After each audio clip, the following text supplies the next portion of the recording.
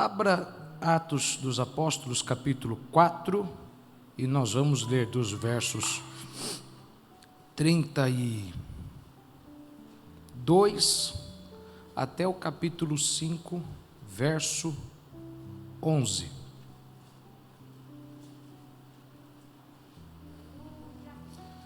Graças a Deus que nos dá a vitória. Quantos acharam, digam amém. Diz assim, Atos dos Apóstolos, capítulo 4, verso 32. E era o coração e a alma da multidão dos que criam, e ninguém dizia que coisa alguma do que possuía era sua própria, mas todas as coisas lhe eram comuns. E os apóstolos davam com grande poder testemunho da ressurreição do Senhor Jesus, e em todos eles havia abundante graça. Não havia, pois, entre eles necessitado algum, porque todos os que possuíam herdades ou casas, vendendo-as, traziam o preço do que fora vendido e o depositavam aos pés dos apóstolos. E repartia-se a cada um segundo a necessidade que cada um tinha. Então José, cognominado pelos apóstolos Barnabé, que traduzido é Filho da Consolação, levita, natural de Chipre, possuindo uma herdade, vendeu-a e trouxe o preço e o depositou aos pés dos apóstolos. Mas certo varão, chamado Ananias, com Safira, sua mulher, vendeu uma propriedade e reteve parte do preço, sabendo-o também sua mulher, e levando uma parte, a depositou aos pés dos apóstolos. Disse então Pedro: Ananias, por que encheu Satanás o teu coração para que mentisses ao Espírito Santo e retivesses parte do preço da herdade? Guardando-a, não ficava para ti? Em outras palavras, será que precisava ter vendido mesmo? Ninguém te obrigou a vendê-la. E vendida, não estava em teu poder? Mesmo que você tenha vendido, para que você quis dar? Entenda? Porque formaste este desígnio em teu coração? Não mentistes aos homens, mas a Deus. E Ananias, ouvindo estas palavras, caiu e expirou. E um grande temor veio sobre todos os que isto ouviram. E levantando-se, os mancebos cobriram o morto e, transportando-o para fora, o sepultaram. E passado um espaço quase de 3 horas, entrou também sua mulher, não sabendo o que havia acontecido. E disse-lhe Pedro: dize-me, que vendestes, portanto, aquela herdade? E ela disse: sim, portanto. Então Pedro lhe disse: por que é que entre vós vos concertastes para tentar o Espírito do Senhor? Eis aí à porta os pés dos que sepultaram o teu marido, e também te levarão a ti. E logo caiu aos seus pés e expirou. E entrando os jovens, os mancebos, acharam-na morta e a sepultaram junto de seu marido. E houve um grande temor em toda a igreja e em todos os que ouviram estas coisas. E você diz amém. Uma pergunta que eu quero que você faça para alguém do seu lado. Pergunte: você deu tudo?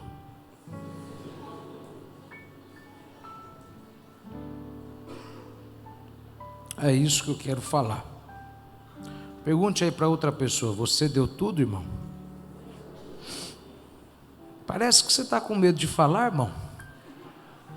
Fique em paz. O pior que pode acontecer é tu cair morto. Senhor, graças nós te damos pelo rico privilégio de nos reunirmos e ouvirmos a tua palavra. Dá-nos a tua direção, instrua-nos, orienta-nos. Fale, Senhor, aquilo que precisamos ouvir, não aquilo que queremos ouvir. Acredito que todos aqui vieram na expectativa de algo, e nossas expectativas, Senhor, normalmente não vão de acordo com o que o Senhor quer. Confesso que não compreendi ainda o porquê desta palavra, mas já aprendi a não ir contra a tua orientação, e trago-a hoje, crendo que o Senhor falará com alguém. Peço, abençoe esse irmão e essa irmã que ouvirão e receberão ela, que produza frutos e o teu nome seja glorificado. E quem pode, diga amém. Tome o seu assento. Agora que você tomou, me ajude perguntando de novo para alguém, porque essa frase é importante. Você deu tudo? Quantos aqui já ouviram, sejam bem sinceros, alguém pregar ou ensinar dentro desse texto? Levante a mão. Veja que é muito pouco.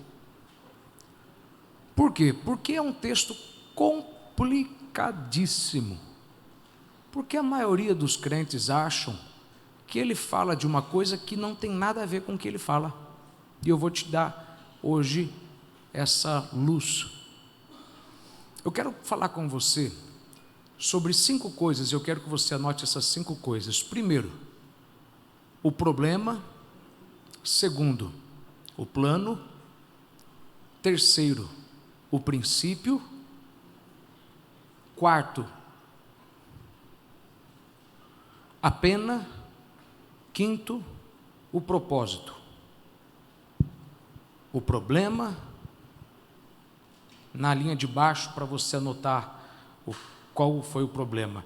O plano, linha de baixo, o princípio, linha de baixo, a pena, linha de baixo, o propósito. Primeiro, qual é o problema desse texto? Para você compreendê-lo, você tem que voltar no capítulo anterior. E você vê que não havia falta, não havia pobres na igreja, porque todos vendiam o que tinham e davam. Alguém que queira sugerir a ideia de comunismo, não, porque esse não foi um ato instaurado pelo apóstolo Pedro. Eles fizeram de boa vontade, e fizeram porque a igreja tinha um problema. Se você entende o que Jesus fez, você compreende que a igreja primitiva, ela sofreu muito no primeiro século, porque eles tentaram entender o que eles eram. Porque Jesus deu luz à igreja, subiu aos céus numa nuvem e não falou nada. Ele não disse o que eles deveriam fazer, ele não disse quando eles deveriam se reunir. Então, eles passaram os primeiros 100 anos debatendo coisas como: devemos manter os dias de festa? Devemos manter os ritos de purificação? Ainda temos que ficar longe dos mortos? Ainda temos que circuncidar a nossa carne? Ainda temos que fazer as mulheres usarem um véu na igreja? Ainda precisamos fazer a doutrina da imposição das mãos? Então, porque eles ficaram perdidos, houve muito debate, houve muita encrenca, muita briga. Só que uma das coisas que poucos falam foi o embate de que, enquanto Jesus estava aqui embaixo, ele tinha um grupo seleto de mulheres, dentre elas Joana e Susana, Maria, que sustentavam o seu ministério. Mulheres ricas que pagavam as contas do dia a dia de Jesus, compravam suas roupas, pagavam sua comida e tantas outras coisas. Agora que o bom pastor foi para o céu e ele deixa representantes aqui embaixo, nem todo mundo que gostava do bom pastor gosta dos discípulos. Havia um grupo que gostava de Pedro, outro grupo que gostava de Tiago, outro grupo que gostava de João. Eles não se aceitavam. Então o problema é o seguinte, porque se o pastor tinha um grupo que o apoiava e o sustentava ministerialmente, quem vai nos apoiar e quem que vai nos sustentar ministerialmente? Porque normalmente o grupo que apoiava o pastor anterior dificilmente apoia o novo pastor. O grupo que apoiava o antigo líder da igreja dificilmente apoia o novo líder. Então qual que é o problema? O problema é o medo da falta de recursos. Anotou isso? O problema é o medo da falta de recursos. Se você esperar eu falar para você anotar, está mal. Que garantia nós temos de que nós vamos ter um grupo que nos sustentará se nós ficamos no lugar dele para fazer as obras dele? Que garantia que a gente tem de que haverá um grupo na igreja que vai permitir que nós comamos, bebamos, tenhamos vida em qualidade para que possamos servi-los melhor? Essa é a preocupação, essa é a dificuldade, esse é o problema. Mas sabe, esse é um problema não para algo que o homem fez, para algo que Deus fez. Deus estabeleceu eles como discípulos. Então eles são parte do plano de Deus. Diga para alguém, eles são o plano de Deus. Sabe, os apóstolos são o plano de Deus. Mas agora o plano de Deus tem um problema. Só que quando você entende que o plano é de Deus, você entende que Deus sempre tem um plano para o plano dele. Quando você chegar em casa você vai entender isso. Deus sempre tem um plano para o plano dele. Vou dizer pela terceira vez. Deus sempre tem um plano para o plano dele. Você acha que quando Deus faz um plano, está feito. Não, Deus faz um plano e Ele faz outro plano para que o plano dele se cumpra sem dificuldade. Diga para alguém que está do seu lado, Deus tem um plano para o plano dele.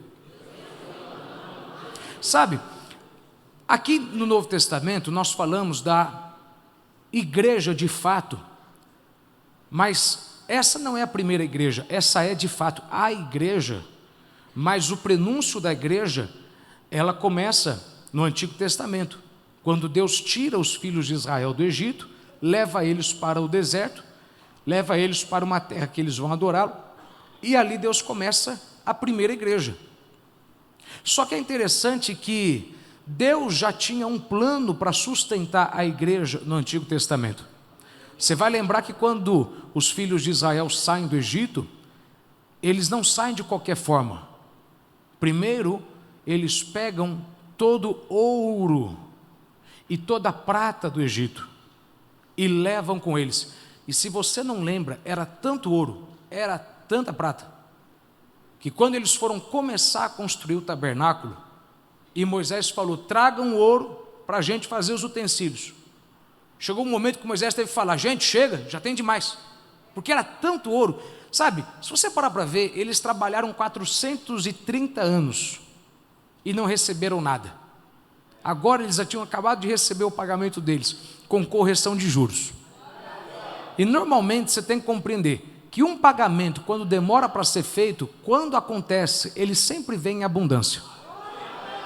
Não importa que tipo de pagamento for, se Deus disse que vai pagar algo na tua vida e Ele está demorando, você nunca pode achar que Deus vai te deixar na mão. Eu nunca vi Deus dever para ninguém. Eu vejo Deus não pagar quem nunca trabalhou e achava que ia receber. Mas todo mundo que foi correto diante de Deus e foi esforçado, Deus sempre paga você com correção de juros. Sempre. Aliás, se você parar para pensar, pense nisso. Por que Faraó persegue eles até o Mar Vermelho? Você acha que Faraó queria mesmo eles ou Faraó queria o ouro? Irmão, põe na tua cabeça uma coisa. Deus quebrou a economia do Egito. Porque 3 milhões de pessoas levaram todo o ouro e toda a prata. Você tem noção do que é Deus transferir a riqueza do ímpio para o justo? Sabe, Faraó podia comprar outros escravos, só que com que dinheiro que ele vai comprar? Pense nisso. O que ele tinha ali, ele não podia gastar, teria que ser enterrado com ele. Não levou, não foi embora tudo, alguma coisa ficou, mas o que ficou não dava conta. Então você vê que Deus tinha um plano para sustentar a igreja no Antigo Testamento.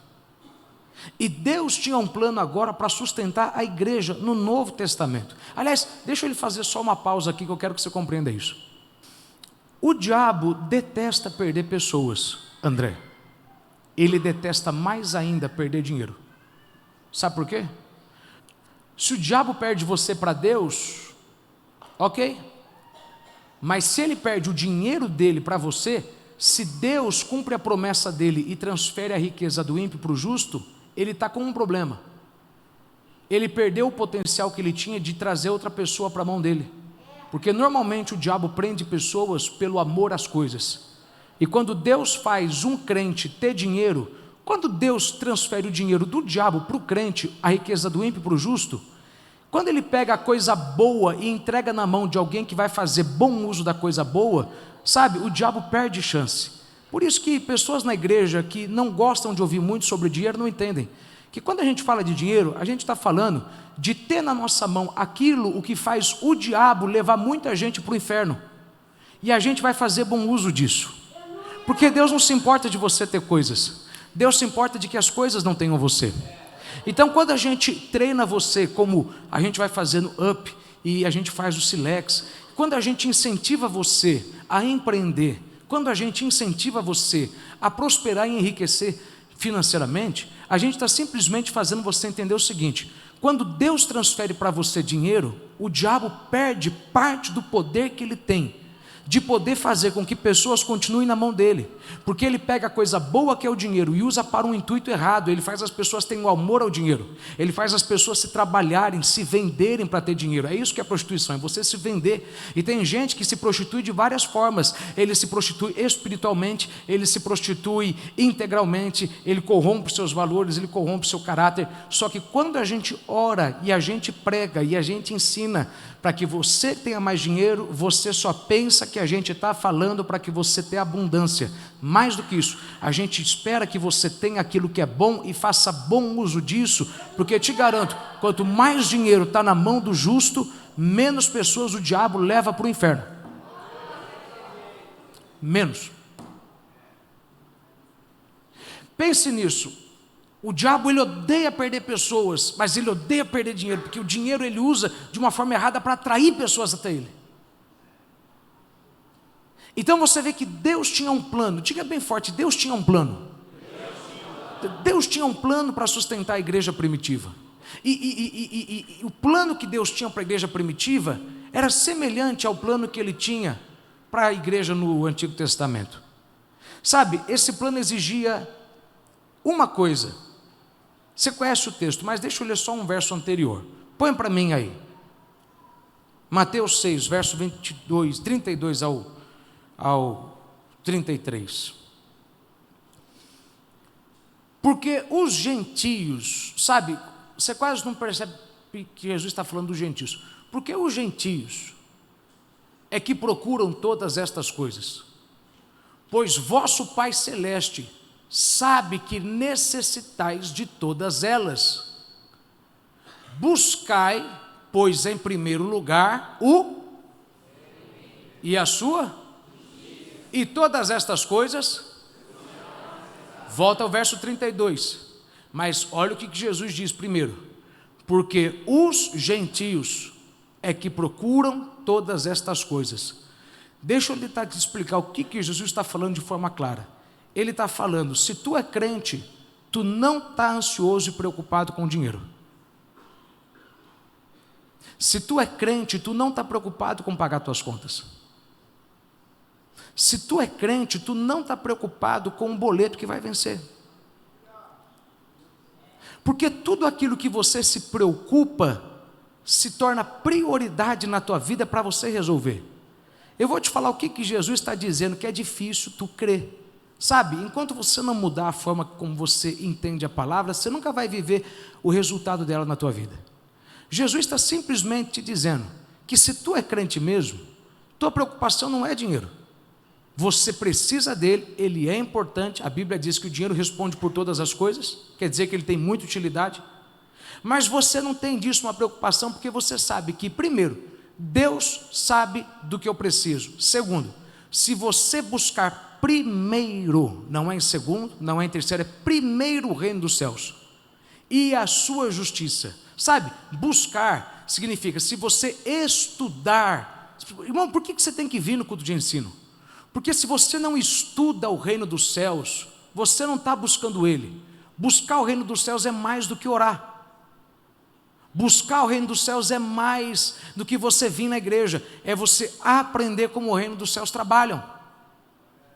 Não é como que o teu trabalho trabalha, é como o reino dos céus trabalha. Se você entende como que funciona o país de onde você nasceu, você entende que o que você vive aqui embaixo é referência, é reflexo do que você fez lá no reino dos céus, no mundo espiritual. E eis o que Jesus disse, se tu é crente mesmo, porque os gentios, nós não somos gentios, nós éramos, hoje nós somos judeus, nós somos parte da nação de Deus, nós somos o Israel de Deus, sabe?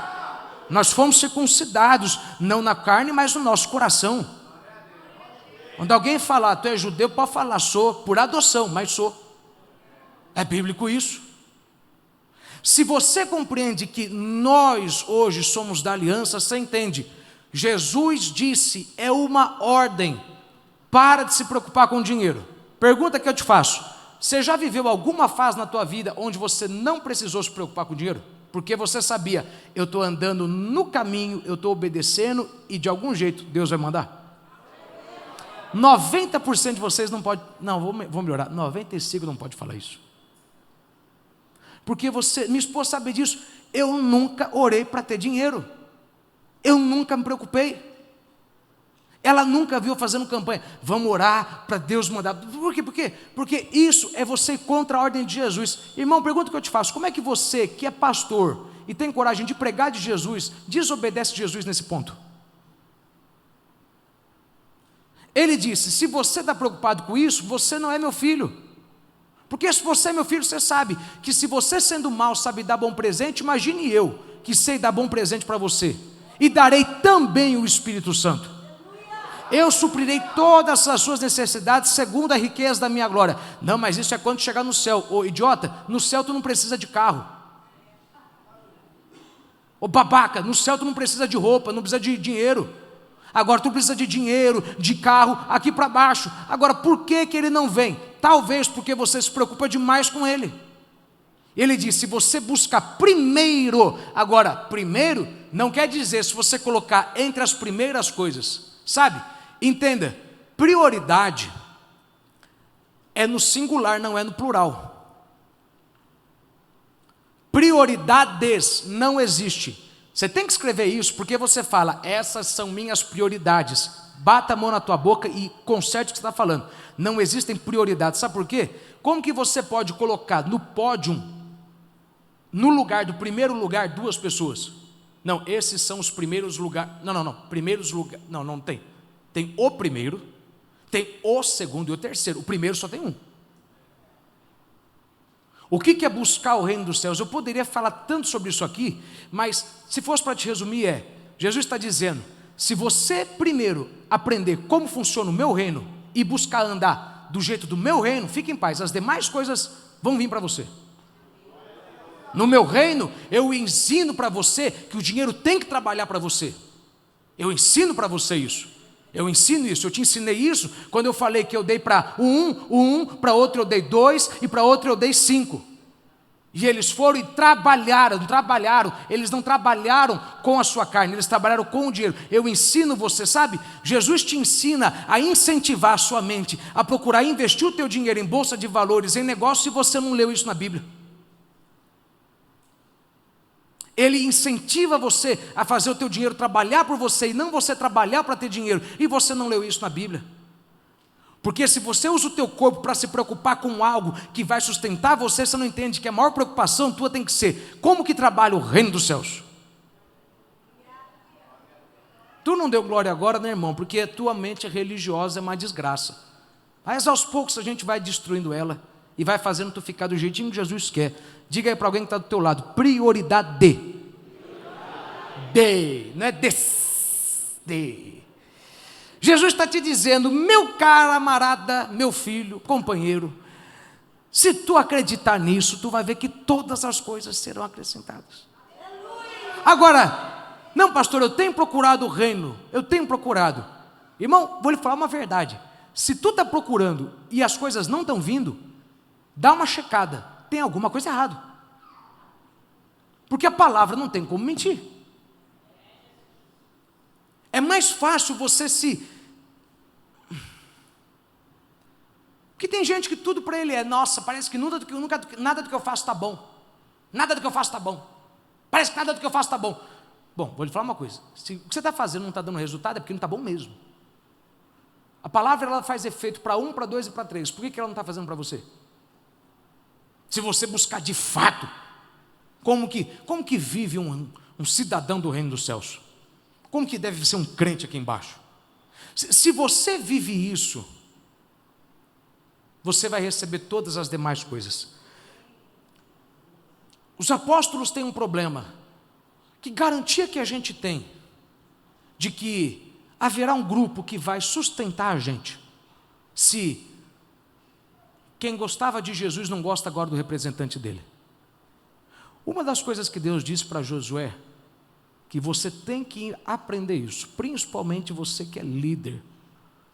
Ele diz, Josué, não temas, eu serei contigo, como fui com Moisés. Ele não disse, Josué, o povo que foi fiel a Moisés vai ser fiel a você. Não, porque normalmente, muita gente que é fiel ao antigo patrão, ao antigo líder, não é fiel ao próximo.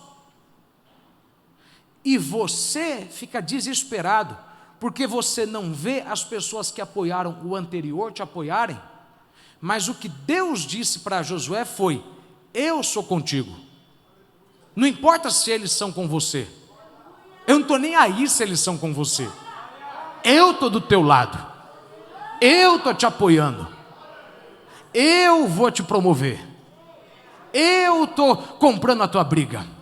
Acho que você não ouviu isso aí, porque tu é ruim demais, irmão. Eu estou na tua causa, eu compro a tua briga. Agora, entenda uma coisa, se tu quer que eu compre a tua briga, primeiro me busca.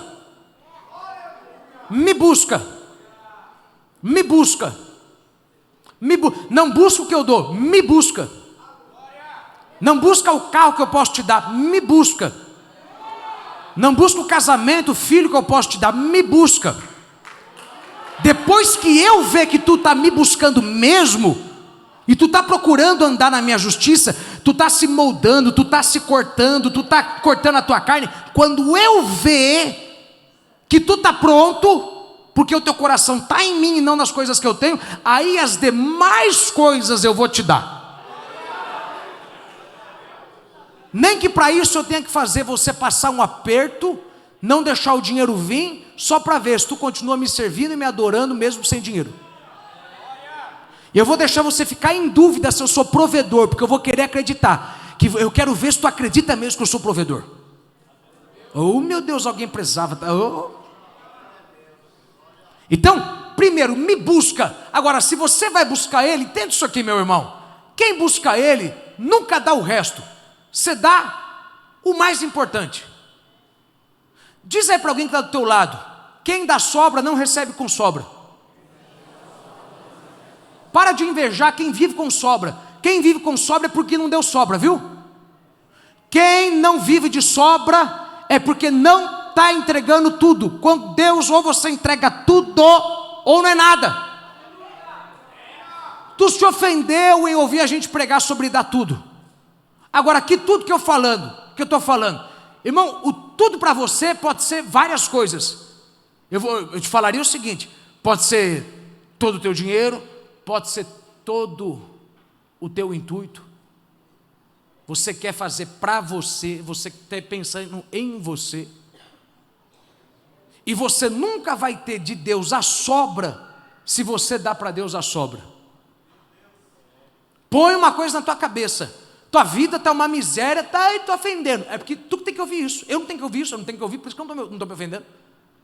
Tua vida está uma miséria, tu prega mal, tu canta mal, tu pastoreia mal, tua igreja não cresce, teu ministério não avança, porque tu só dá para Deus sobra. Porque Ele já falou: se tu me fizer tua prioridade, cara, se eu tiver a maior parte do teu tempo. Agora, não acho que isso vai custar barato não, isso vai te doer. Mas o que você não ganhar, meu Deus da glória, focando naquilo, porque você focou em mim, eu te dou com abundância, mas paga o preço sabendo, esse é o plano de Deus. Para quê? Para que eu possa ter abundância. Eu tenho um problema, Deus tem um plano. Qual que é o plano? Deixa eu priorizar a prioridade. Não dá para mim priorizar o que está em segundo lugar. Diz aí para alguém que está do teu lado: você está entendendo, irmão, ou não? Como é que a gente sabe se você está dando para Deus o primeiro lugar? Pergunta que eu te faço: como é que é a tua vida diária com Deus? Como é que é o teu devocional diário com Deus? Se é que Ele tem, se é que Ele existe, se é que você sabe o que é um devocional. Como é que você pode esperar de Deus o mais, dando para Deus o resto? Um menino entendeu isso. Ele trouxe para Jesus 5 pães e 2 peixes. Era tudo. E Jesus olhou e falou: ok, se é tudo, quando eu recebo tudo, eu sempre faço sobrar. E sobraram 12 cestos cheios. Sabe, 12 cestos tem um significado. Sabe, a Bíblia, meu irmão, é cheia de significado. Tem gente que às vezes ouve eu falar uma coisa ou outra e fala: nossa, o pastor está indo pirando da batatinha. Não, é que a Bíblia, todo número, todo nome, toda vírgula tem um significado. A Bíblia é um livro muito profundo. Depende do quão profundo você vai. Sabe, 12 cestos cheios. Eu posso trazer abundância para você o ano todo, se você entender que eu tenho que ser a tua prioridade. E eu te falaria uma coisa, muito sincero, que o povo mais difícil de falar isso é o povo que acha que dar tudo para Deus é dinheiro. Porque você, quando a gente fala de Ananias e Safira, foi ensinado errado. Você foi ensinado sobre o dinheiro, e não tem nada a ver com o dinheiro. É difícil a gente entender o seguinte, que dinheiro normalmente é uma parte fácil de dar, quando o que a gente precisa dar muito mesmo é o tempo. O tempo. Porque tempo é dinheiro. Benjamin Franklin falou isso: tempo é dinheiro. Eles pagam você R$2.000 porque para eles o seu tempo vale R$2.000. Eles pagam para você R$10.000 porque para eles o seu tempo vale R$10.000. Agora, entenda isso: por que para eles o seu tempo vale? Porque o conhecimento que você trouxe para aquele local é pequeno, médio ou grande. Pergunta que eu te faço: se tu sabe andar no caminho de Deus, tu tem a maior sabedoria desse mundo. Sabe, é difícil tu entender como é que um crente que anda mesmo na palavra é pobre. Desculpa te ofender, me perdoe, mas tu está na igreja errada, tu não está na igreja certa, porque a Bíblia não te ensina a ser preguiçoso, a Bíblia não te ensina a ser negligente, a Bíblia te ensina a ser um homem diligente. Um homem diligente, quando ele precisa passar um orçamento, ele nunca passa um, ele passa 3, ele passa 4, e ele não faz aquela pergunta idiota: posso fazer um orçamento? Posso fazer? Cara, se tu soubesse o tanto que a Bíblia tem para mudar a tua vida profissional, não é possível tu estar pobre. Não é possível. Desculpa, mas não tem como. Porque se você busca o reino de Deus e a sua justiça, e entende a riqueza do que é a palavra, em todas as áreas você estaria abundando. Todas as áreas. Agora, de quem que é o erro? O erro é nosso, ou o erro é de você que não entende que para andar no reino dos céus, o maior preço que tu paga é tempo. Tempo. Tempo. Responda para você mesmo: quanto tempo que você passa meditando na palavra, aprendendo? Eu não estou falando de ler coisas simples, não estou falando de você que fica só no leite, só lê provérbios, só lê Eclesiastes. Qual foi a última vez que você pegou a palavra de domingo, leu na segunda, para enxertá-la no seu coração? Se você anda na plenitude da palavra de Deus, é impossível a abundância não vir. Sabe, Jesus nunca disse para você o seguinte: que se você tomar a sua coroa, Ele vai te honrar. Tome a sua cruz, e se comigo você sofrer, comigo você vai reinar.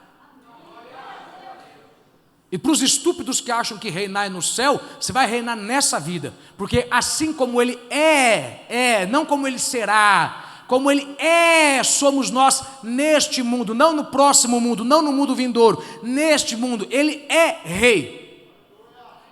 E tu se ofende com reinar. Ele está por cima. Ele colocou o seu problema como descanso para o seu pé. Sabe, Deus criou você para você estar numa posição onde você vai administrar a tua dor. Sabe, tem gente que fica com raiva porque eu saí da mesa de cirurgia e vim para cá e preguei com o coração recém-aberto. Sabe por que eu vim? Porque a cirurgia não estava no comando de mim, eu estava no comando da cirurgia, seu bobão. A dor de cabeça não me deixa em casa, eu mando na dor de cabeça. Eu tomo Advil, eu tomo Dorflex. Você acha que essas coisas são poucas? Esses pequenos detalhes fazem da gente ser abençoado. Então não reclame se qualquer coisa faz você parar em casa. Você nunca aprendeu que você tem que dar tudo. Agora, se é para dar tudo, entenda, isso vai te custar alguma coisa, e vai custar mesmo. Mas o que tudo vai te trazer é uma coisa que o esforço não te traria. 12 cestos cheios, plenitude de dezembro a janeiro, de dezembro a janeiro, de dezembro a janeiro. É todos os meses, de todos os meses, todo o tempo da tua vida. Pergunta para alguém que está do teu lado: você entendeu, irmão, ou não? Ou será que a gente tem que continuar pegando mais firme nisso aí? Lucas 18, 29. Respondeu-lhe Jesus: em verdade vos digo que ninguém há que tenha deixado casa, ou mulher, ou irmãos, ou pais, ou filhos, por causa do reino de Deus, que não receba no presente muitas vezes mais, e no mundo por vir a vida eterna. Eu vou lhe falar uma coisa interessante. Muita gente pega um texto ou outro e nunca une os dois. Jesus está dizendo: primeiro, você quer receber muito mais nessa vida? Me busque. Segundo, abra mão de algo. Aqui dentro tem gente que abriu mão de tudo, mas não busca. Tu abriu mão de tudo, mas tu não busca. Tu não lê livro, tu não aprende com grandes. E tem outros que é o seguinte: querem buscar, mas não querem abrir mão de nada. Isso aqui era para você ter notado. Jesus disse: você quer ter abundância? Me busque e abra mão. Tem gente que só abre mão, mas não busca. Como assim? Ele vem na igreja, ele mata a aula na faculdade, ele sai do trabalho mais cedo, se aperta nas reuniões, joga as reuniões para outro dia, trabalha, as consultas por aí vai, ok. Mas quando ele entra aqui, tudo que ele faz é ouvir e acabou. Eu falei uma coisa interessante: eu vou acabar com a apostila de bom, sabe por quê? Eu vi que o povo que mais anota é o que mais cresce. eu comecei a perceber a vida financeira de muita gente que não anota. E eu vi que há uma correlação muito grande entre a palavra que você anota e a palavra que você ouve. A palavra que você anota é a palavra que você aprende. A palavra que você aprende é a palavra que faz valer a pena o que você abriu mão. Duas coisas vão limitar, vão determinar a mudança na tua vida: o que você está buscando e o que você abriu mão. Ok, abriu mão de muitas coisas para poder vir para cá hoje. Tá, você está buscando? Você está entendendo? Eu tenho que mudar nessas áreas, eu tenho que mudar naquelas áreas, eu tenho que abrir mais mão disso, eu tenho que abrir mais mão daquilo, sabe? É muito complicado, porque não adianta você querer ficar achando que Deus é o religioso da igreja católica, que se você se punir e se penalizar, ele vai ter dó de você. Alguns de vocês acham isso. Se você vir para a igreja e pegar 4 ônibus, Deus vai olhar do céu, vai ficar com dó e vai falar: ai, tadinho dele, pegou 3 ônibus para ir para cá, ai, manda lá um dinheirinho para ele. Engraçado, né, meu irmão? Como é que pode alguém que se sacrifica muito para vir para cá, abrindo mão de tudo, e quando chega, se a mensagem não fez ele dar glória, já se levanta, vai embora e fala: ih, hoje ele não está no dia. Mas aquele que tem carro e vem aqui, ele não sai até o final. Por quê? Porque ele sabe: é o que eu abro a mão e é o que eu busco. É o que eu busco, é o que eu abro a mão. Anote isso e diga para alguém que está do seu lado: provisão não é problema para quem tem unção. Agora, Jesus, me segura para mim não voar e enforcar um dirigente aqui hoje. De raiva. Me ajuda, me ajuda, me ajuda. Marra eu, que agora, oh meu Deus da glória. Os apóstolos não ficaram desesperados. Ai, de onde vai vir o dinheiro? Ai, de onde vai vir o dinheiro? De onde vai vir o dinheiro? De onde vai vir? Não, eles não ficaram preocupados, porque eles sabiam uma coisa: provisão é consequência de unção. Provisão é e eu vou falar uma coisa, pode fazer cara feia. Se está faltando provisão, dá uma olhadinha para ter certeza: será que tu está na unção mesmo? Ou é fogo estranho? Mas a igreja está cheia, a balada também está cheia. Mas a minha igreja, estou colocando cadeira para fora, na balada tem gente esperando lá de fora. Você pode estar tendo fogo estranho e não está tendo unção. E igreja que tem unção, provisão não é problema. Tem igreja no norte do país que pega fogo e de repente vem provisão de tudo quanto é canto para lá. Por quê? Porque lá tem unção. Vou falar uma coisa, faça a cara feia que tu quiser. É bem possível que tu está achando que tu está com unção, mas tu está com fogo estranho. Quando tu está com unção, meu irmão, tu não tem que forçar o povo a dar glória. Quando tu está com unção, tu não tem que reclamar: o povo aqui não fala mais em língua. Se não está falando mais em língua, é porque você, pastor, não tem mais unção. Porque o rebanho é reflexo do pastor. O pastor é quem determina no mundo espiritual que tipo de rebanho que ele vai ter. E o pastor fraco e morto gera um rebanho fraco e morto, e ele tem que pregar o seguinte: o povo não fala mais em língua, o povo não adora mais. Claro, porque tem um morto em cima do púlpito pregando. Quando você tem unção na igreja, é impossível. Você tem pessoa que se conforma a viver a mesma desgraça. Ele sai daí incomodado, falando: eu quero algo a mais de Deus. Deus tem um casamento melhor para mim. Deus tem filhos melhores para mim. Meu filho não é esse. Isso aí o diabo está usando, mas o meu filho, ele vai voltar para a mão de Deus. Deus tem um filho melhor para mim. Olha para alguém e diga bem forte para essa pessoa: quem tem unção não tem problema com provisão, irmão. Deus usou Barnabé, leia Atos. Deus usou Barnabé e ele falou: está aqui a provisão. Por quê? Porque vocês pregaram com tanto poder. Com tanto, sabe, eu vejo um povo falar umas coisas idiotas. De onde você tirou dinheiro para fazer isso? Meu irmão, quando você está com a unção de Deus, você não fica preocupado e não fica assustado quando vem o dinheiro. Você já estava esperando por ele.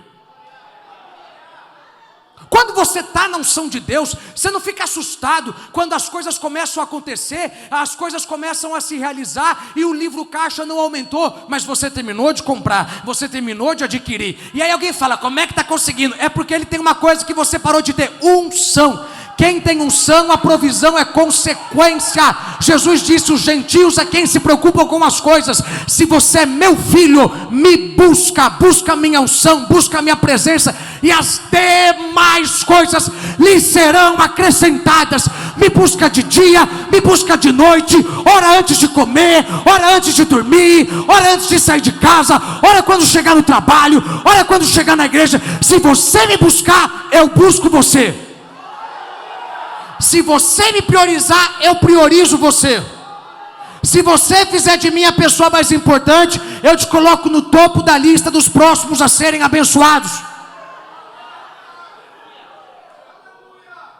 Tu pode estar com fogo estranho na igreja e ainda assim não está com unção. Sabe como é que eu sei que tu está com unção? Como é que eu sei que você está com unção? Deixa eu... Lucas 4, verso 18. O Espírito do Senhor está sobre mim, pelo que me ungiu a evangelizar os pobres. Enviou-me a proclamar libertação aos cativos e restauração da vista aos cegos, para pôr em liberdade os oprimidos e apregoar o ano aceitável do Senhor. Irmão, deixa eu lhe fazer uma pergunta.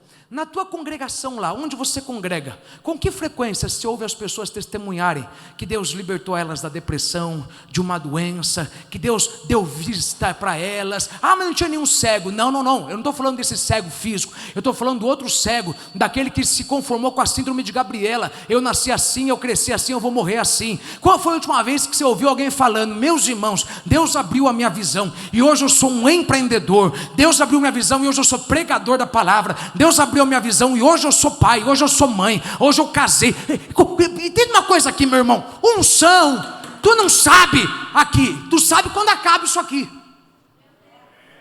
Unção tu sabe quando acaba, porque a forma como você volta para lá diz se teve unção ou não. Se tu volta falando, meu Deus, Deus tem coisas maiores para fazer, meu Deus, Deus tem uma vida melhor para a gente, Deus tem um novo público para a gente, Deus tem um novo local para a gente. Quando você volta de lá na empolgação, aí você tem unção. Agora para aí de ser, desculpa, para de ser trouxa e orgulhoso, cara. Tu não está com unção, tu está com fogo estranho. Ah, irmão, dá glória para disfarçar, meu irmão, que não é com o teu dirigente que Deus está falando isso.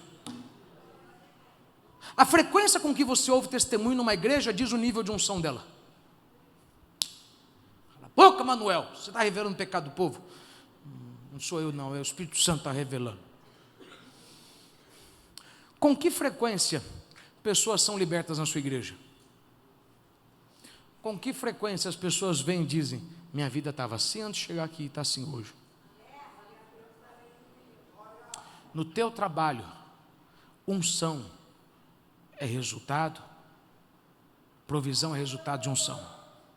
Unção é resultado de busca e de abandono. Simples assim. Qual que é o problema? Como é que a gente vai ter recursos? Qual que é o plano? Busque a mim e a minha justiça, e as demais coisas lhe serão acrescentadas. Agora vem a terceira coisa, o princípio. Qual que é o princípio? Ananias e Safira trouxeram para Deus o resto. E por que eles trouxeram o resto? Porque eles não deram tudo, eles morreram. Para você que acha que eles morreram porque não deram todo o dinheiro, tu está redondamente errado. Apesar que eu gostaria, porque imagina, meu irmão, se de fato eles tivessem morrido porque não deram tudo que tinham que dar, meu irmão, aí a gente não tinha mais que falar de ofertório de dízimos, porque cada um que não desse, pega mais um, leva para o ML, corpo tirado no chão. Eu, graças a Deus que eu não sou Deus, né, meu irmão, porque graças a Deus, ia ser uma boa. Mas que tudo que eles não deram, que levou eles à morte, eles nunca foram crentes. Eles fingiram. E porque eles nunca deram o seu espírito, sua alma e seu corpo, Eles morreram. Qual que é o princípio que eu aprendo aqui? E qual que é o princípio que você tem que anotar? Quando você não dá tudo, você atrai morte. Sabe por que teu casamento está morrendo? Porque tu nunca deu tudo de si nele. Por que teus filhos estão problemáticos? Porque tu nunca deu tudo de si para os seus filhos. O princípio é quando você dá tudo de si, você ganha tudo. Mas será que você tem dado tudo mesmo? Ananias e Safira não morreram porque não deram todo o dinheiro. Não. Eles morreram porque eles nunca deram tudo de si. Eles nunca se converteram. Eles não eram crentes.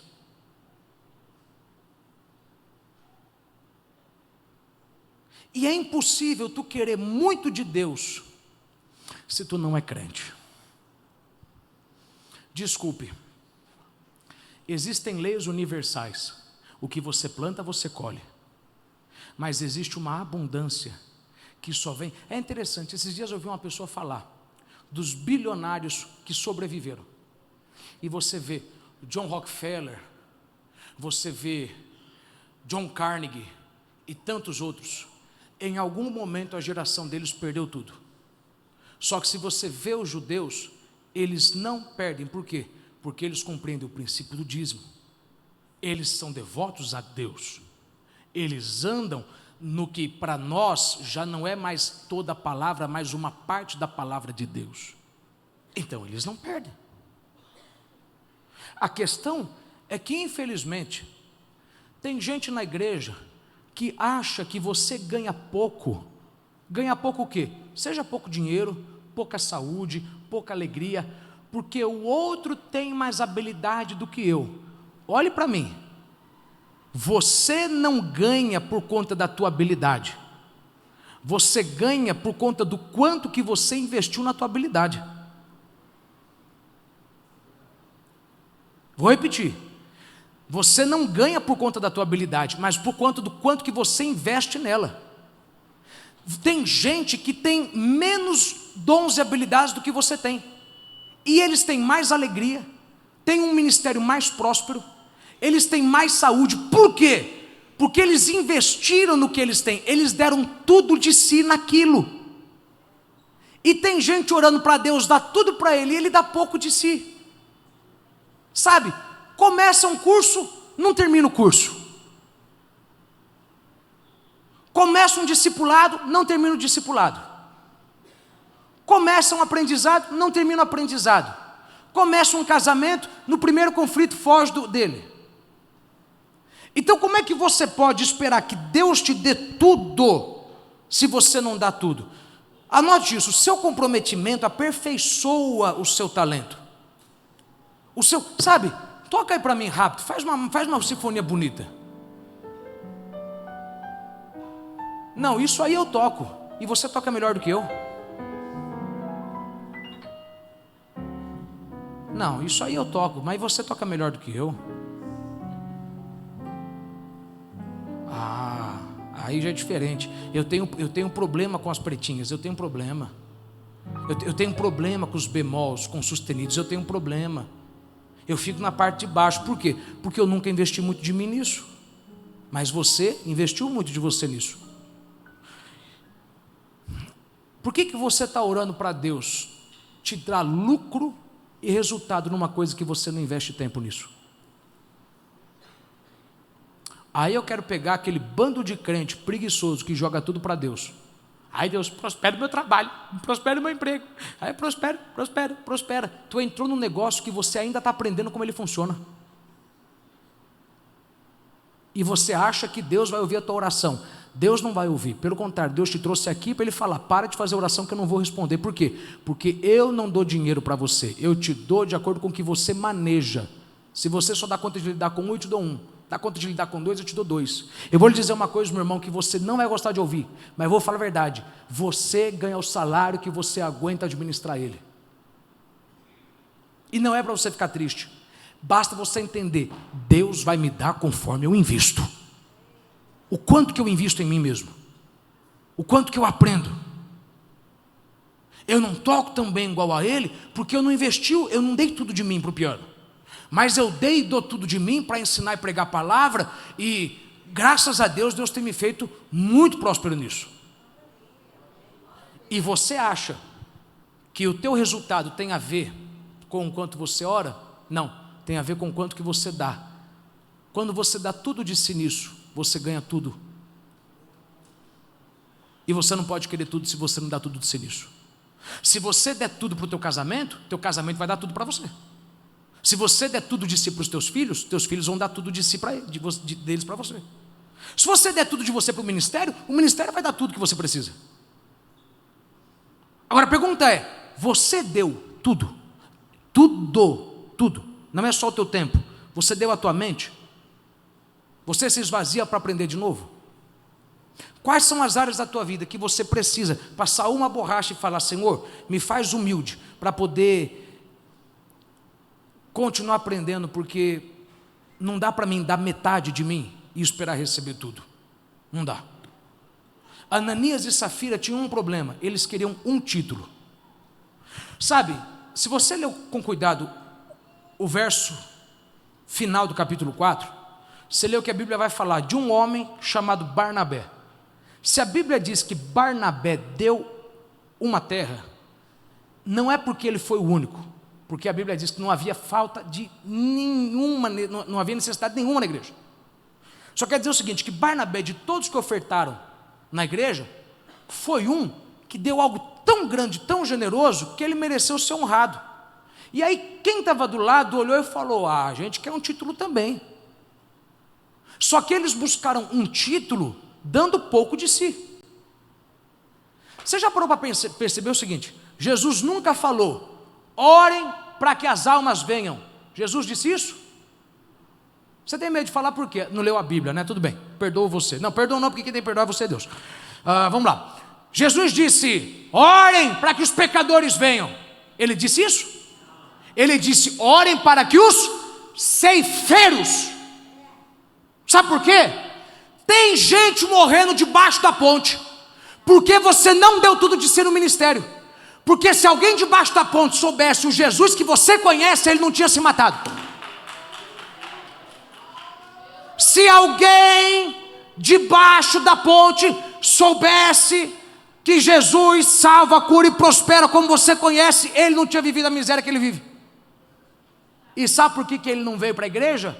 Porque você não deu tudo de si. Você quer dar metade e quer que Deus traga abundância. Meu irmão, tu não pode liderar algo na igreja e dar metade. Tu não pode querer liderar algo na tua profissão e dar metade e esperar tudo. Ou você dá tudo e recebe tudo, ou você dá metade e não vai ganhar metade. Quem dá metade traz morte. Diga isso para alguém que está do teu lado. Quem dá metade traz morte.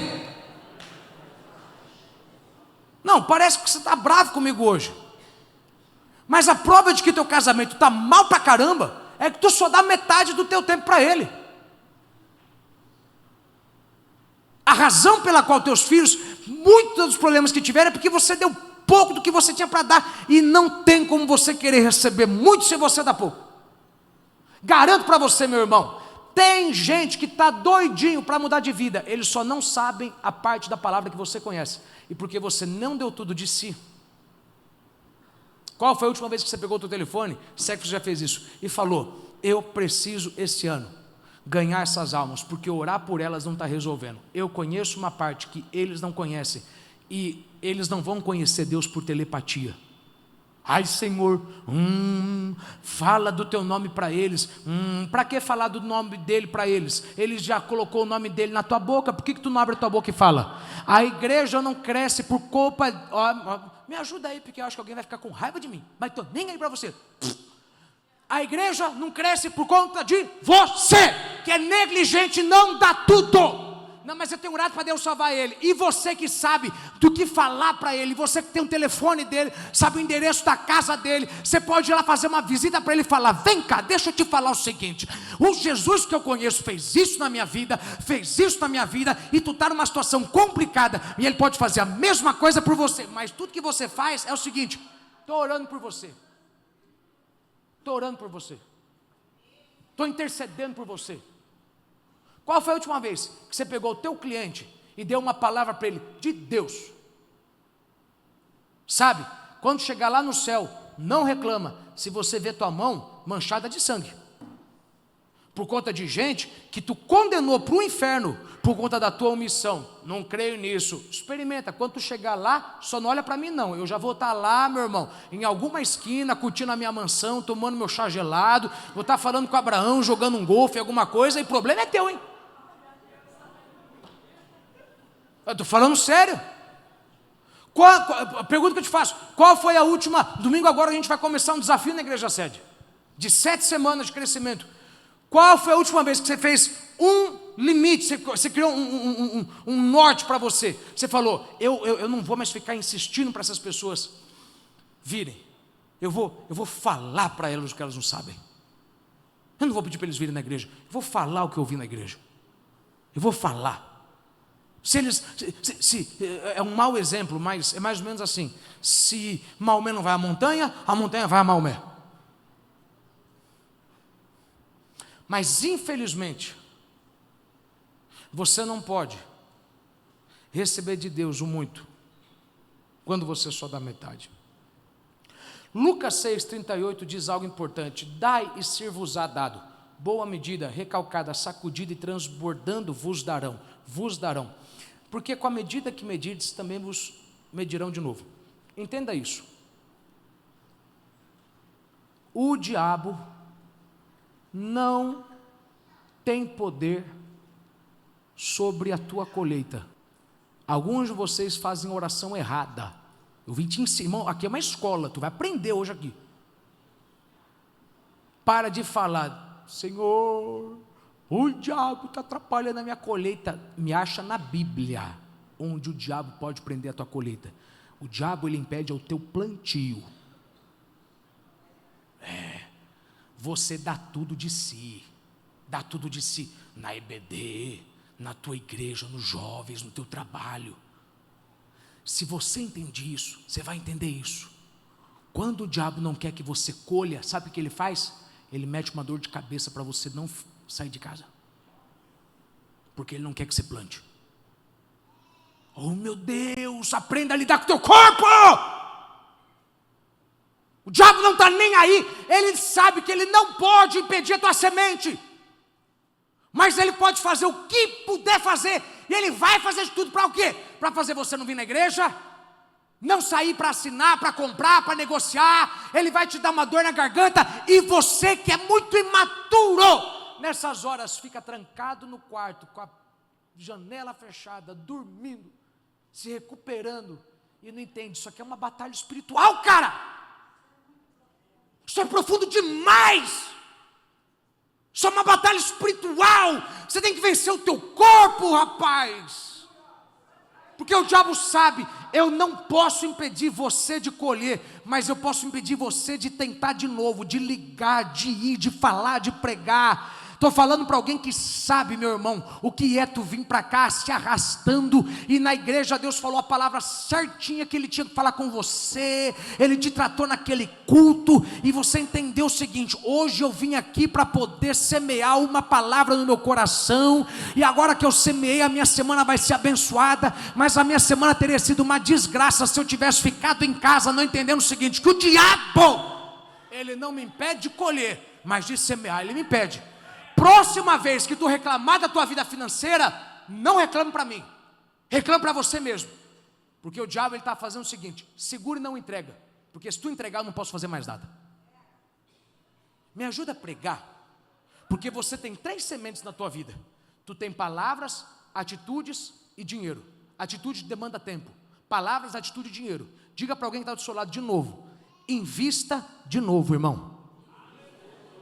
Olhe para outra pessoa e diga assim: invista mais pesado, fale mais, haja mais, invista mais, gaste mais, faça o que for preciso, e estude mais. Eu tenho que dar detalhes, porque tem gente que acha que a gente só está falando com o outro. Eu vou falar com você para arrancar tua capa. Volte a ler mais livros, volte a gastar tua madrugada. Os que me buscam de madrugada me acharão. Qual foi a última vez que tu pegou a palavra e leu de madrugada? O preço que eu pago para poder te abençoar é que eu não durmo com a minha esposa antes das 4 da manhã, quase 13 anos, quase 10 anos que eu sou casado com ela, que eu não, quase 10 anos, 10 anos que eu não durmo antes das 3 da manhã com ela. Por quê? Porque se você sabe que é esse o preço que você paga, você sabe, quando eu lanço a semente, não tem como Deus não me trazer a colheita.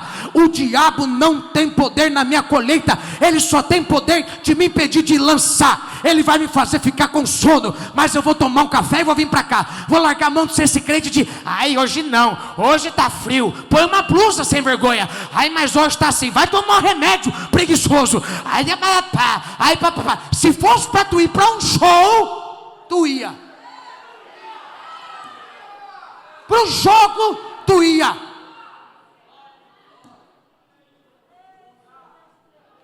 A raiva que eu tenho de você é que o sacrifício que você faz para ir no teu trabalho, você não faz para vir na igreja. E você quer que eu fique aqui? Eu perco você da igreja, rapaz, mas eu não perco aquilo que Deus mandou te ensinar. Ou tu dá tudo para Deus e ganha tudo de Deus, ou pode dar metade e trazer morte para a tua vida, rapaz.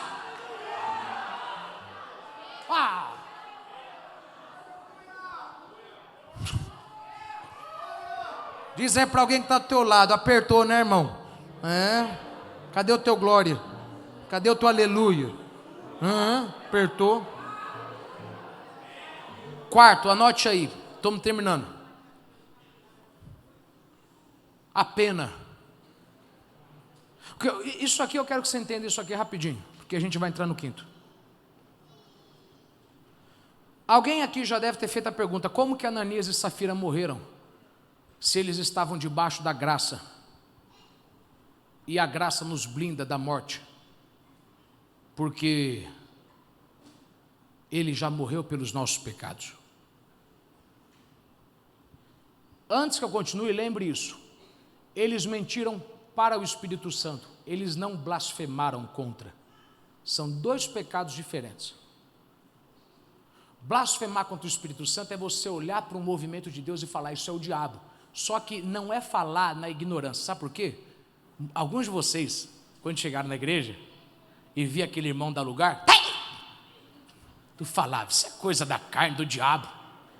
E tu não blasfemou contra o Espírito Santo. Sabe por quê? Na tua ignorância você não sabia que era Deus. Blasfemar contra o Espírito Santo é você dizer definitivamente, isso é espiritismo, isso é o diabo. Esse pecado não tem perdão. Por quê? Porque você não se converteu de fato, não entendeu que Deus tem a multiforme sabedoria. Qual que foi? Por que Ananias e Safira morreram? Isso é muito importante, porque a maioria das pessoas ensina errado. Eles morreram porque eles não estavam debaixo da graça.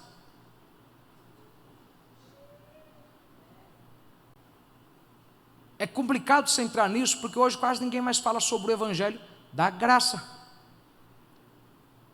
E uma vez que você tem a graça, não é que você está livre para pecar. Não, jamais. Ande na carne e tu vai cumprir a vontade da carne. Ande no Espírito e não cumprirás o quê? A concupiscência da carne. Mas vamos falar a verdade. Cadê os crentes aqui? Quem aqui nunca mentiu para o Espírito Santo? Me levanta a mão para me ver se tu tem coragem de falar isso.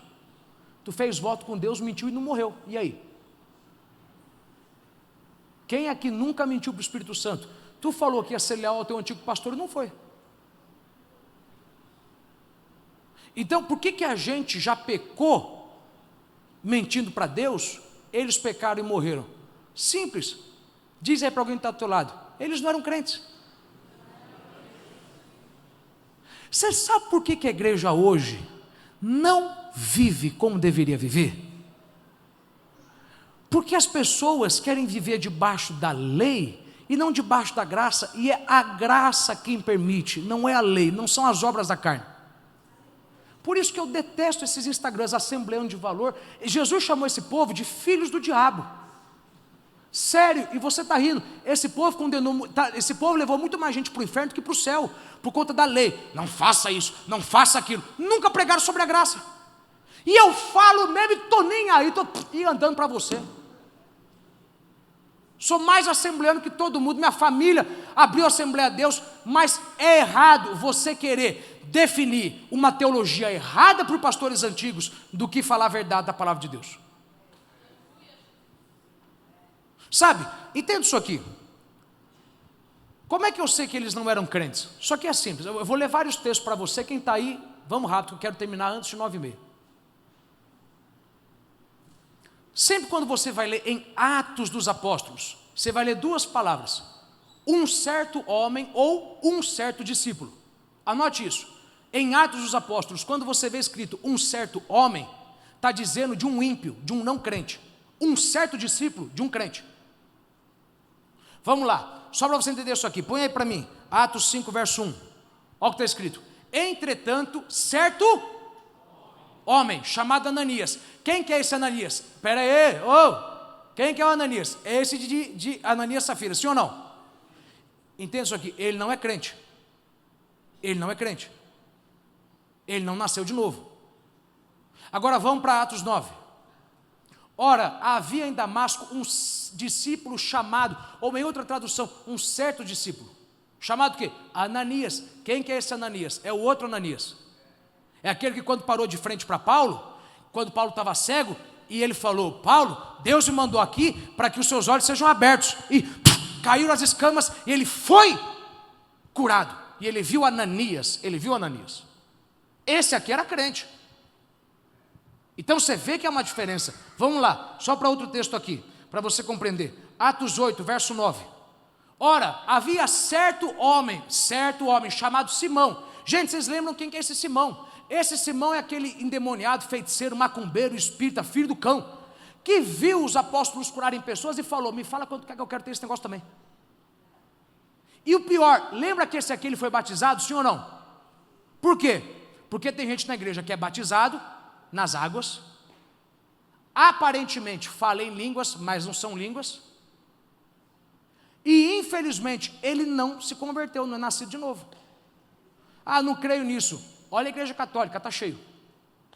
Idolatria, religiosos, oram, cantam. É que você acha o seguinte, que quem não é crente, não ora e não adora. Irmão, em Atos, você tem pelo menos 2 exemplos de pessoas que oravam, pessoas que ajudavam e não eram convertidos. A Bíblia diz, é um certo homem, não era um certo discípulo, é um certo homem. Vamos lá, só para você entender isso aqui de novo. Atos 9, outro texto. Encontrou ali certo homem chamado Enéas, que havia 8 anos jazia de cama, que era paralítico. Irmão, esse homem ele foi curado e não era crente. Quanta gente aqui você já viu já que foi curado e não era crente? Irmão, eu vi, você já deve ter visto, eu vi pessoa aqui, Deus usar pastor Djalma, Furquim, tantos outros para falar com ele, e a pessoa não era crente e não foi crente depois. Amém? Vamos continuar aqui. Atos 14, verso 8. Em Listra costumava estar assentado certo homem. Quer dizer o quê? Que ele é crente ou ele não é crente? Não é crente. Atos 10. Atos 10 é complicado, porque vamos lá. Morava em Cesareia um homem de nome Cornélio, não é um discípulo. Agora, o que Cornélio fazia? Centurião da corte, chamado o italiano, piedoso. Irmão, olha que interessante isso aqui. Cornélio era piedoso, temente a Deus, ele temia a Deus, mas ele não era crente, ele era um certo homem. Se tu não está lembrado disso, Deus falou, Pedro, vai lá e prega para ele. Prega para ele que ele não é crente. Ele me teme, mas ele está no caminho para o inferno. Ele me respeita, mas ainda não me aceitou como Salvador. Ele não ouviu as boas novas do Evangelho. Ele não ouviu que eu vim fazer você reinar. O domínio de Adão, eu arranquei da mão do diabo e eu paguei o preço, e pela graça sois salvos. Irmão, piedoso, temente a Deus com toda a sua casa, que fazia muitas esmolas ao povo, de contínuo orava a Deus. Vou repetir, o que tem de gente, meu irmão, na igreja, que a gente vai procurar no céu e não vai achar. Porque ele ora, ele adora, mas nunca nasceu de novo. E o pior pior, ele aparentemente faz boas obras. Aparentemente. Agora entenda isso. Vamos só dar aqui um outro exemplo aqui. Atos 16, verso 1. Chegou também a Derbe e a Listra, havia ali um discípulo chamado Timóteo. Olha como é que o autor, inspirado pelo Espírito Santo, fala corretamente. Filho de uma judia crente, mas de pai grego. Ele é um homem crente, filho de uma mulher crente, mas o pai não é crente. Então entenda isso aqui, só para você compreender rápido. Por que Ananias e Safira morreram? Eles morreram porque roubaram a Deus? Eles morreram porque não deram tudo. Não deram tudo o quê? Foi dinheiro? Não. Eles não deram tudo de si. Sabe por quê? Porque a graça, ela nos protege. O sangue lavado na nossa vida, ele nos impede, a morte já foi paga. Não quer dizer que não vai ter consequência do teu pecado, mas quer dizer, irmão, é simples. Tu pecou e não tem pecado, pecadinho, pecadão, tudo é pecado. Tu pecou quando tu falou mal de mim e tu não morreu. Eu queria que tu tivesse morrido, mas tu não morreu. Não, estou brincando. Tem gente que... Apesar que tem uns crentes que você fala, ô senhor, bem que o senhor... Não é que eu quero que ele morra, mas bem que o senhor já podia levar logo, né? Porque... Larga um monte de graça, meu irmão. Vai dizer que tu nunca... Eu vou ficar quieto, vou... Tu cantava, da linda pátria ele está... Bem longe, cansado, leva ele, meu pai. Ai. Para a gente caminhar para o fim. Aliás, deixa eu só te dar um ponto aqui. Tem gente que fala, não, mas isso não é argumento para provar que eles não eram crentes, porque tem um texto interessante. Põe aí para mim, Atos 25. Atos 25. Atos 25, acompanha comigo. Passados alguns dias, o rei Agripa e Berenice chegaram a Cesareia a fim de saudar a Festo, um homem, não é festa, Festo. Como se demorassem ali alguns dias, Festo expôs ao rei o caso de Paulo. Olha que interessante, não tira o texto. O rei é o caso de Paulo, dizendo, Félix deixou aqui preso certo homem. Quem que é esse certo homem? Paulo. Quer dizer que Paulo não é crente? Não, por quê?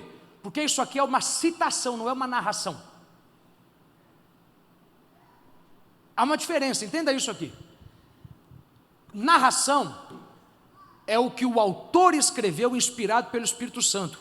Escreva aí, um certo homem chamado Ananias, um certo homem chamado Simão, põe aí, ele não era crente. Agora isso aqui não é uma narração, é uma citação. Ele está falando o seguinte, Festo ele falou, tem aqui um certo homem. Não é o que Deus falou, é o que o homem falou. Só para você entender. Você diz que eu sou pastor, um homem de Deus. O ímpio não diz que eu sou homem de Deus.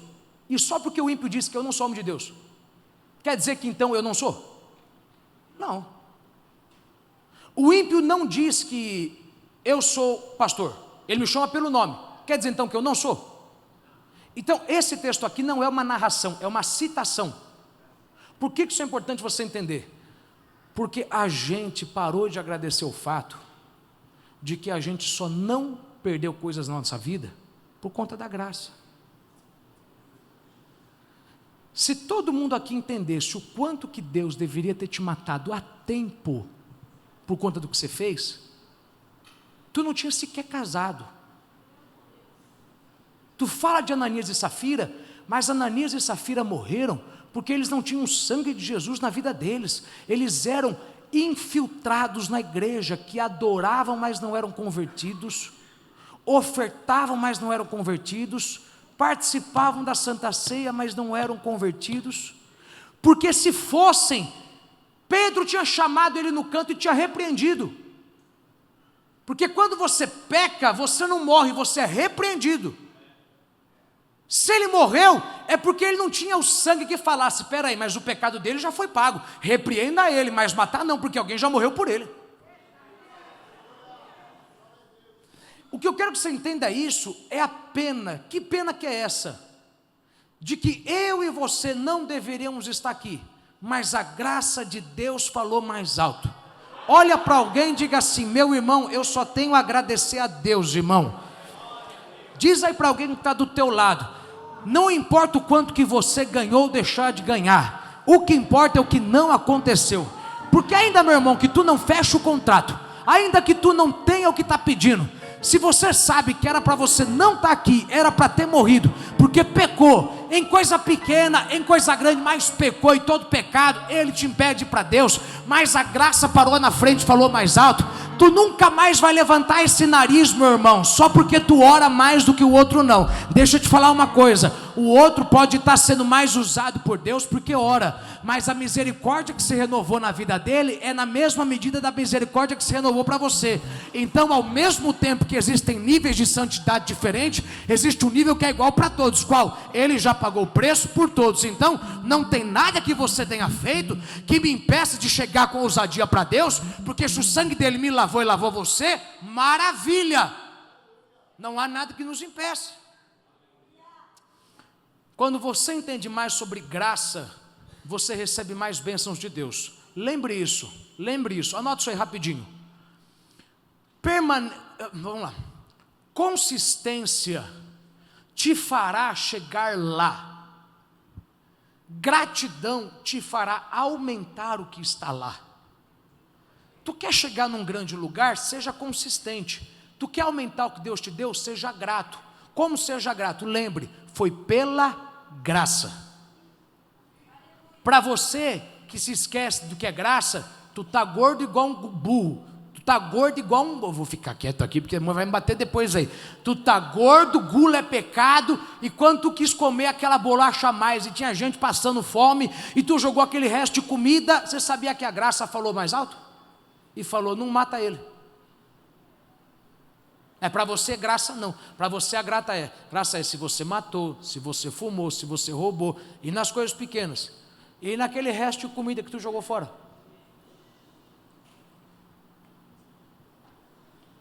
Por que Ananias e Safira não morreram? Simplesmente porque eles não foram protegidos pela graça.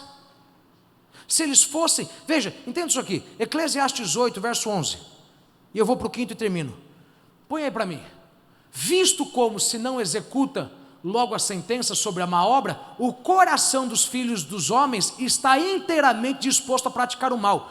Irmão, não havia como Ananias ser renovado, restaurado, porque o coração dele já estava cheio de mal.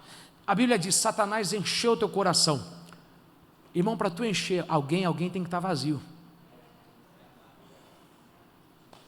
Ele não tinha Deus. Agora, eu vim terminar com esse último ponto. Qual que foi o propósito de Deus ter matado os dois? 5º. Sabe, a Bíblia diz que todas as coisas cooperam para o... Quer dizer então, que a morte de Ananias e Safira cooperou para o bem da igreja. Eles tiveram mais temor. Só que por que eles tiveram mais temor? Só para a gente recapitular, qual foi a primeira coisa que a gente falou? A gente falou sobre o problema. Qual foi a segunda coisa que a gente falou? A gente falou sobre a terceira coisa, a gente falou sobre o princípio. Quarta coisa, a gente falou sobre a pena. Por que eles morreram? Anote isso. Porque quem não tem graça recebe morte. Mas qual que foi o propósito da morte deles? Eles morreram porque não deram tudo. Eles morreram porque não nasceram de novo. Só que por que Deus matou eles? Porque eles simplesmente... Volta para mim aí, Atos 4, 36 ao 37. Leia e vamos acabar. José, a quem os apóstolos deram o sobrenome de Barnabé, que quer dizer filho da exortação, levita natural de Chipre, como tivesse um campo, vendendo, trouxe o preço e depositou aos pés dos apóstolos. Sabe o que a Bíblia está fazendo aqui? A Bíblia está honrando esse homem. Ananias e Safira olharam e falaram, peraí, a gente quer também. E por que Deus matou eles? Anote isso. Deus mata o hipócrita que tenta se beneficiar da igreja. Deus mata. Ai, Deus é amor, ai, Deus é vida. Mas a morte também está na mão dele. Sabe, Ananias olhou para aquilo e falou: eu quero crescer também, eu quero ter um título também, eu quero parecer bem na fita. Eu vou te falar, meu irmão, como é que a gente tem isso na igreja hoje? Você sabia que tem muita gente na igreja hoje que se une à igreja porque a igreja está crescendo, e se eu me unir a essa igreja, eu vou ter mais agenda. Se eu me unir a essa igreja, eu vou ter mais contrato, eu vou ter mais clientes, mais seguidores. E tu está tentando se promover em cima de algo. Eu vou dar uma esmolazinha para eles me honrarem, eu vou ajudar eles para eles me honrarem. Mas eu vim te falar uma coisa, filho de Satanás: ou tu se converte e vira filho de Deus, ou Deus vai arrancar a tua capa, porque Deus ainda tem um propósito com o teu mal. O que tem de gente que se une a uma igreja do momento, porque não, lá agora está o jogador, lá agora está o cantor, lá agora está o negócio. Por quê? Porque essa igreja está na moda, e eu vou para essa igreja porque nessa igreja eu vou ter o meu ministério crescendo, eu vou ter o meu nome crescendo. Só que sem vergonha, tu não quer fazer crescer porque tu não quer servir. Por quê? Porque você nunca deu tudo, você não é crente de fato, tu é um ladrão, tu é um sem vergonha usado pelo diabo. E tu tem que ouvir isso que eu vou te falar. Eu ainda sirvo um Deus que mata na carne quem tenta se beneficiar da igreja, mas não quer trabalhar para crescer ela. Não, mas eu quero fazer crescer a igreja. Quer? Vai limpar o banheiro e eu quero ver se tu continua voltando para cá. Vai filmar e eu quero ver se tu continua vindo para cá. Vai distribuir panfleto que eu quero ver se você continua vindo para cá. Porque se toda vez que tu tem uma oportunidade que não te dá um microfone e não te dá uma câmera e tu vai embora, é porque tu nunca foi crente de verdade.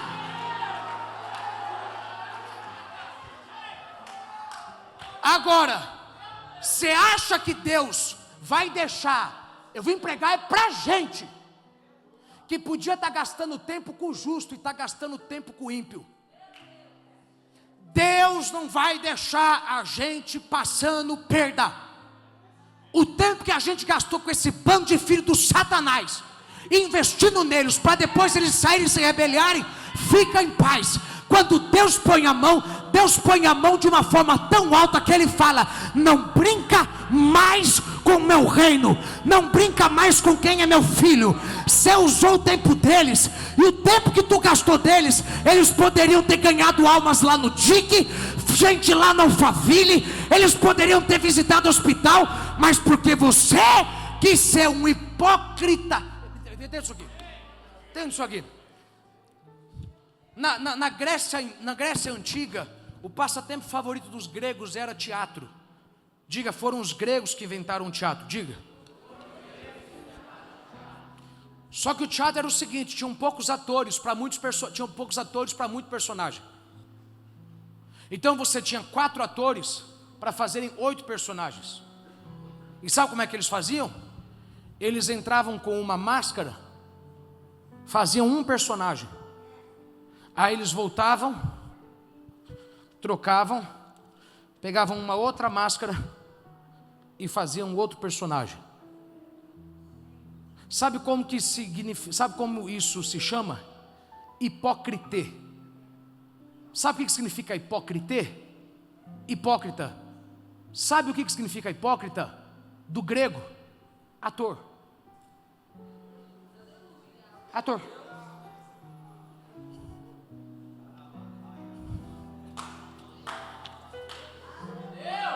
O ator te estuda. Ele sabe, você precisa de um homem bonzinho. E eu sou bravo? Peraí. Estou aqui para te ajudar. Eu sou bonzinho. Eu sou teu servo. Conta comigo porque precisar. Eu estou aqui para serviços. Eu estou aqui. Irmão, eu não estou mandando direta para ninguém não. Eu não sei porque Deus me mandou pregar isso hoje. Eu não sei o porquê. Mas Deus me falou ontem de madrugada: tu vai falar para um povo que está sendo enganado por hipócrita, e tem alguns hipócritas lá. Uma hora tu vai confundir os papéis, e você vai falar a palavra do papel errado, e nós vamos descobrir quem tu é. E eu vou te falar uma coisa: quem arrancou os 2 da igreja foi o homem. Porque o crente que ama a igreja, ele ama o corpo, e para proteger o corpo ele fala: você, eu não quero mais aqui, vá para outro local. Por quê? Porque você é um risco para o corpo, porque a tua hipocrisia, o teu fingir que é uma coisa para ganhar clientes, contrato, fama, porque a fama que você não conseguiu sendo um profissional no mundo, você quer ganhar sendo um profissional na igreja.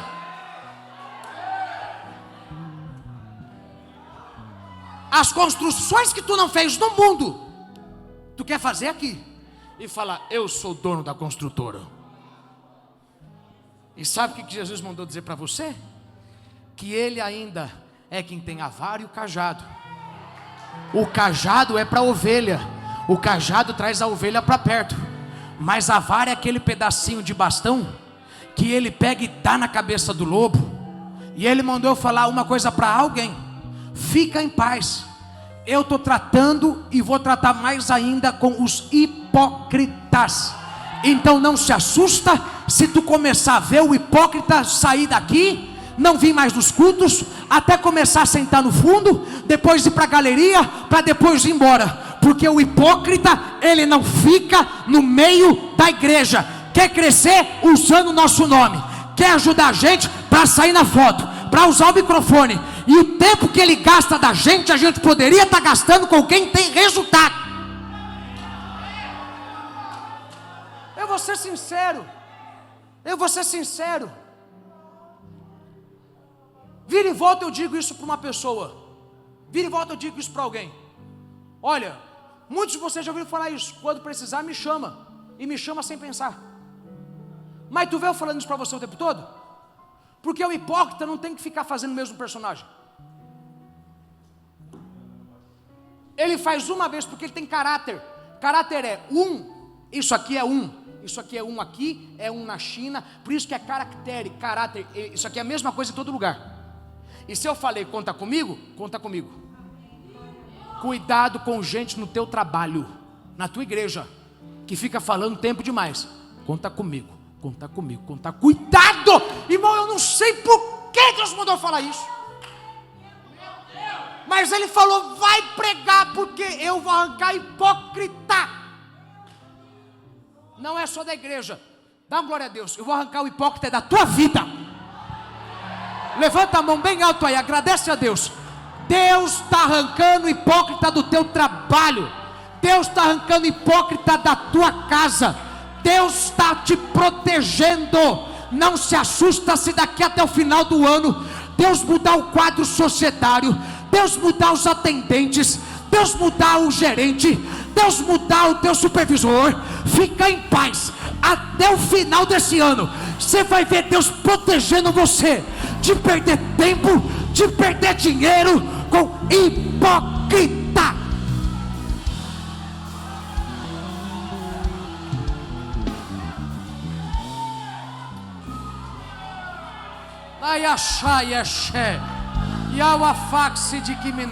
Tu não dá glória porque tu não sabe o quanto de hipócrita já teve na vida de alguém.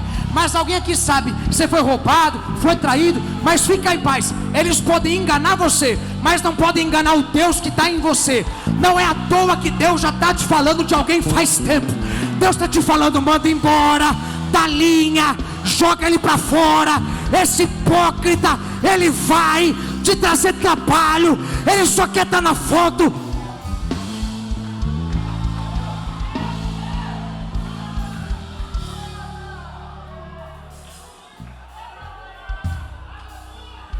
Deus está protegendo o teu trabalho. Quem crê nisso, diga amém. Eu já acabei a mensagem, mas eu vou te fazer entender isso. Deus está protegendo teu ministério. Do que? De pessoas que estão se unindo somente para fazer o nome. Por quê? Porque o nome que ele não fez crescer no mundo, ele quer fazer crescer agora na igreja. E o pior, eu falei esses dias para minha esposa, eu falei: fulano e beltrano não vai ficar naquela igreja. Eu falei: não é daqui não. Eu falei: fulano e beltrano não vai ficar naquela igreja. Eu amo eles, mas hipócritas. Por quê? estão lá para ganhar contrato. Eu amo. Você ama algum hipócrita, te garanto. Deixa Deus tratar com o hipócrita. Deixa. Quando ele te ligar falando, está apertada a coisa, deixa Deus tratar com o hipócrita. Porque Deus está falando, eu não quero que você morra, mas se tu continuar brincando comigo, eu vou te matar. Vou matar o quê? Vou acabar com o teu casamento, vou acabar com teus filhos, vou acabar com a tua documentação, vou acabar com tudo. Deixa Deus tratar com o hipócrita. Eu amo alguns hipócritas, amo. Não por conta do que eles fazem, por conta de quem eles são. Só que eles ainda não foram transformados. Jacó era um hipócrita e Deus amava Jacó. E Deus falou, eu vou te tratar, cara, porque tu vai largar a mão de ser hipócrita, de ser ator. Quando Deus pesar a mão em alguém que tu ama, não estenda a mão, porque tu não está entendendo. Deus está trazendo essa pessoa para uma conversão, porque ela está quase morrendo. Eu já terminei, eu não sei mais o que falar, a não ser uma coisa: agradeça o que Deus fez até hoje. Levanta a mão e eu termino agora. Deus não tirou pessoas do teu lado à toa. Deus protegeu aquilo que é dele. Vai prosperar aquele teu negócio, vai prosperar aquela tua empresa, vai prosperar aquele teu mercadinho, vai prosperar aquela tua lojinha, vai prosperar aquela tua banquinha, vai prosperar aquela tua igreja. Mas deixa Deus tratar, porque isso, e o melhor, sabe o que é? Olha que interessante, olha que interessante. Oh, Deus está tirando hipócrita. Daniel, se tu soubesse que Deus vai tirar hipócrita do lado de vocês. Se tu soubesse o tanto de gente que você vai ver o hipócrita esses dias. Morreu Ananias, levaram o corpo e voltaram. Por que voltaram? Porque Pedro já sabia, quando aparece um hipócrita, o segundo aparece rapidinho. Ó, vai lá e enterra ele, mas volta porque vai aparecer o segundo. E ele falou para a mulher de Ananias, falou, tu hipócrita, ele acabou de ser levado, então lá fora já te esperando, já caiu. Entra, tá pronto, pode levar. Quando você vê um hipócrita, prepare, o segundo aparece. Você sabe, eu vou fazer uma oração aqui, vou terminar. Vou fazer uma oração. Eu vou fazer uma oração para Deus te dar paz no coração para lidar com o hipócrita. Sabe por quê? Graças a Deus, Deus me amadureceu hoje. Não vou dizer que não dói, mas hoje eu já não me dou mais, Efraim, quando eu vejo os hipócritas indo embora. E eu vim falar aqui para alguém uma palavra. Uma coisa é você esperar crescimento, outra coisa é você ter interesse, seu interesseiro. Uma coisa é você se unir a mim e a essa igreja porque você quer mudar de vida. Outra coisa é você vir hipócrita e servir, e no dia em que a gente não te elogiar, tu ir embora. Você não foi roubado aqui dentro, você roubou a gente. Eu vou falar uma palavra, eu não sei para quem é, mas Deus manda dizer isso. E ao achiafaxe de Kiminai, deu e fiamassai axé. O hipócrita não aguenta uma bronca. Eu repreendi um casal uma vez aqui, que não estava vindo nos cultos. Entraram na minha sala, o Hélio lembra disso. Queremos tua bênção para ir para outro lugar, nosso tempo acabou. Eu falei, não vou abençoar. Não abençoo o rebelde. Não abençoo o rebelde. Hipócrita. Até que eu entendi o que Deus estava fazendo nessa igreja. E eu vi as pessoas que Deus estava trazendo. E aquele dia eu fui para casa com o coração doendo. Pouco tempo atrás apareceu um outro hipócrita. E eu, hipócrita, tchau, vai embora. Fulano, volta para cá. Por quê? Hipócrita, vai embora. Porque eu aprendi que o hipócrita me estuda. Ele sabe o que eu preciso, ele fala a minha língua. O Deus que está em você, ele não se engana.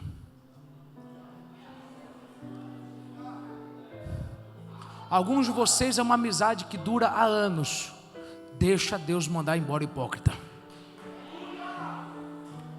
Deus está protegendo a tua vida. E eu vou fazer uma oração. para Deus te preparar para o hipócrita e te trazer alegria quando ele for embora, porque quando Ananias e Safira vão embora, é sinal de que o melhor de Deus está chegando. Talvez o teu hipócrita foi um irmão teu, de carne e osso, de sangue. O teu hipócrita talvez é o teu cunhado, é a tua cunhada.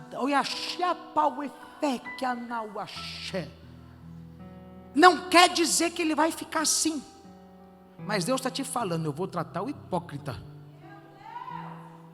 para ele não trazer morte para você. Feche os teus olhos. Pai,